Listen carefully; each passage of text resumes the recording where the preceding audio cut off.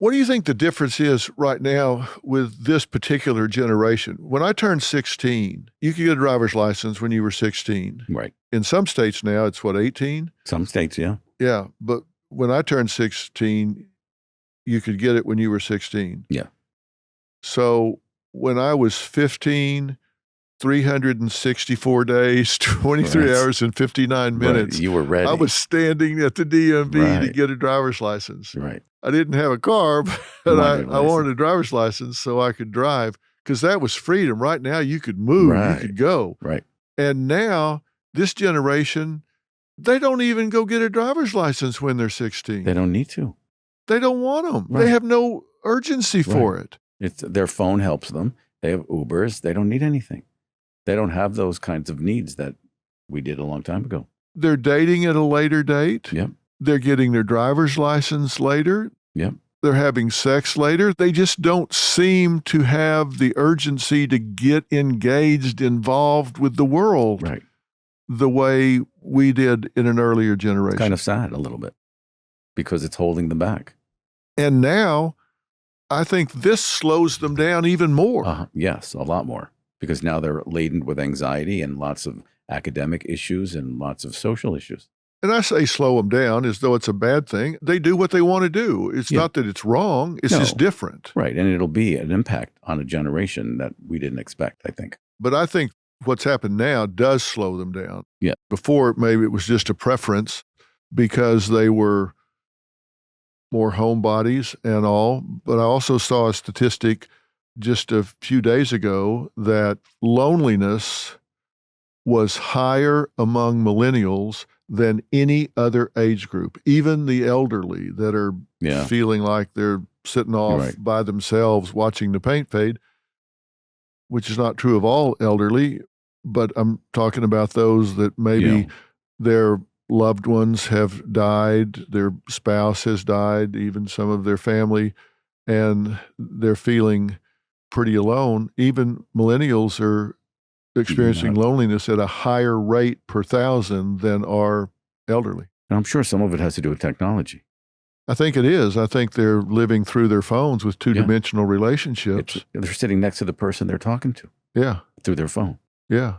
It's terrible. And that's why in the book I talk about ways to look at these things and put some parameters in place and make some family values. Start to interact and talk and reevaluate yourself. One of the things that I obviously liked a lot about this book, because I'm talking about it so much, time for a shameless plug. I'm talking about family values. It's Dr. Sophy's new book, Reset Trust, Boundaries, and Connection with Your Child. And he said he wouldn't have this book if it wasn't for me. And I'll tell you what he means by that. I hounded him and hounded him and hounded him some more to write this book because he's had 22 years experience as medical director at Department of Child and Family Services. He's had decades experience as a board certified and licensed child psychiatrist, adult psychiatry as well. But in working with families, I just felt like one of us was going to have to write a book about this right now. And so I said, you write the book and I'll write the foreword. But I really did. I hounded you to write this book, as you know. It's just fortuitous that it came out when it did after the pandemic, when I think families need this. But so bad. One of the things that I really like about this is you don't ever throw parents under the bus. You really believe that inherent in every parent, there are strengths and passions that they can build on. In chapter 3 of the book, you really walk parents through identifying what their strengths are, what they're really good at as a parent. Even if they think they're a bad parent, you think there are some things they do well and they need to identify those. Absolutely. Why do you think that's so important? Because I didn't walk into one home at DCFS in the middle of the night or in the daytime or whatever time we were called out to a home where I didn't see a parent who loved their child on some level. Very rarely. I mean, if they were out of control from drugs, yeah, maybe. But other than that, they loved their kid and their kids loved them. The heartbreak was taking them apart. And every kid found their way back somehow, whether we put them over here or over there. So I saw that, and that's a strength. At the very least, that's a strength. Then there were parents who cooked well or, snuggled with anything I could latch onto as a strength, we did, because that's what we built from. And that's what I want parents to do. Yeah, you had a different approach to that, I think, than a lot of people. I'm a big fan of social workers. I think they do a noble task. Yeah.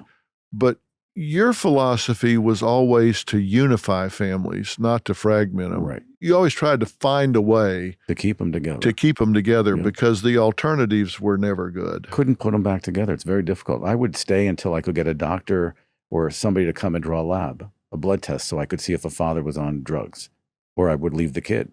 I didn't want to take this child if we didn't have to. We even put mobile vans together to be able to bring services right there when we got there to answer questions, so we could leave them together at least overnight and get, the community to jump in, the church to jump in, somebody to help just to get us through the night. Because once we took them apart, it was hard to put back together. Yeah, and foster care was certainly no answer. No, a lot of times it was, and a lot of times it wasn't.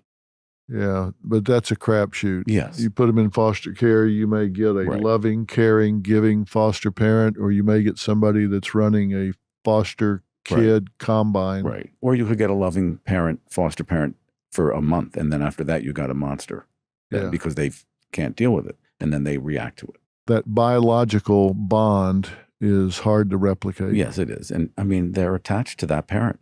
The first 9 months of their life, they attach to that parent. And they will find their way back to that emotional safety and permanence that they can find. Yeah. People that read this book are going to find that you help them find what they're good at and build on that. Correct. You don't criticize them and throw them under the bus.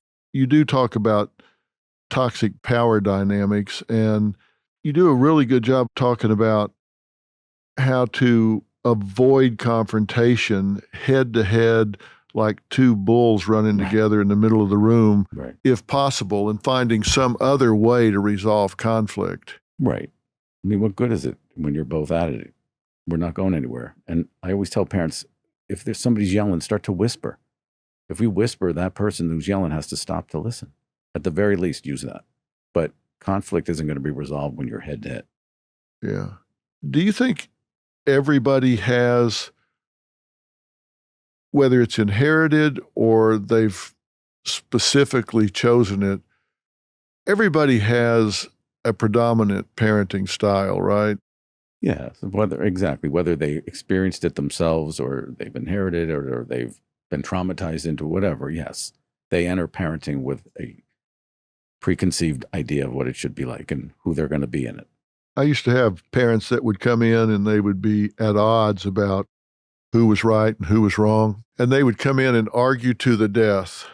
I'm sitting there thinking, ain't neither one of you within a country mile of what you ought to be doing. Both of you need to just hit the erase button and start over because you hadn't got a clue of what this child's going to respond to. Right. You're doing the best you can. Children learn what they live, and you're just kind of reflecting how you were brought up.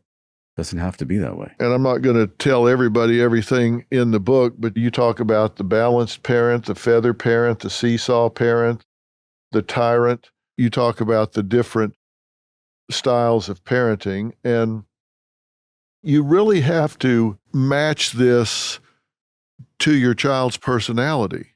Correct. And you may change within those parenting styles from month to month, week to week, depending on your child's development and how they respond. I always told parents, if you've got a rebellious child, you don't want to take an authoritative approach. Right. You got two heads. It doesn't work. If you've got a really passive child, you don't want to take a permissive approach. Yeah, I mean, you guys will sit there and watch each other doze off. I mean, somebody's got to take the initiative. Right. Exactly.